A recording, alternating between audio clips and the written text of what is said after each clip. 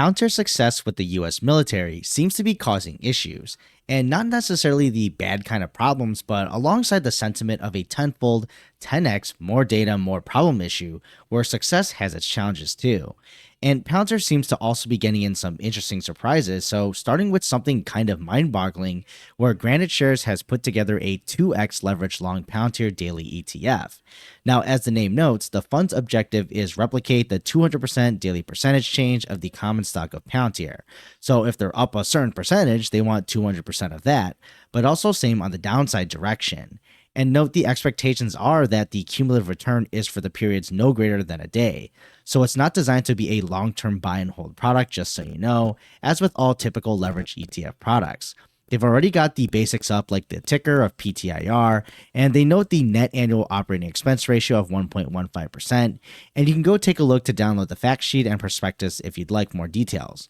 Now, for me personally, this is not something I'm interested in at all, and I get it for someone who wants to replicate exposure at a higher volatility for that short-term opportunity, of course, but that detracts away from the actual buy and hold ownership of real shares, voting, and all that stuff if you're like me.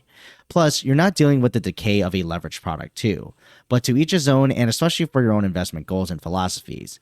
Now, I just think this speaks louder to the kind of attention that Palantir is continuing to get, and I don't think it's necessarily a bad thing. It's just something to be wary of, especially for folks who are new to the financial products like this, and we're drawn in with the name of Palantir when in reality, it's not really accurate to tie the two together, besides just the movement of the stock. So just be careful there for your own sake.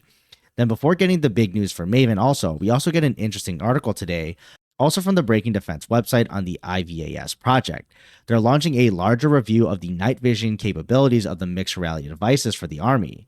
Now, I covered this a while back, but essentially Microsoft has been doing the Army's goggle technology, where there have been some issues actually in being fully happy with the deliveries thus far, and with the wording, it sounds like the Army Rangers from the 75th Ranger Regiment is going to be thoroughly testing and putting them through the ringer out with this dedicated night vision system. Now, as more details for the competition comes up, Palantir is a name specifically that comes up and will no doubt be competing for this business. Palantir has showcased already before their mixed reality software products and alongside with demos and other videos to show off what they have achieved so far with the technology and the progress they've made. And as more details come out for the competition, hopefully Palantir can come out on top and continue to make things a bit harder on Microsoft. Then the big news that actually came out a few days ago with Vice Admiral Frank Whitworth's comments on Project Maven. He basically came out hot and just noted these are big things happening with the project and they're planning to expand their user base by tenfold or 10 times.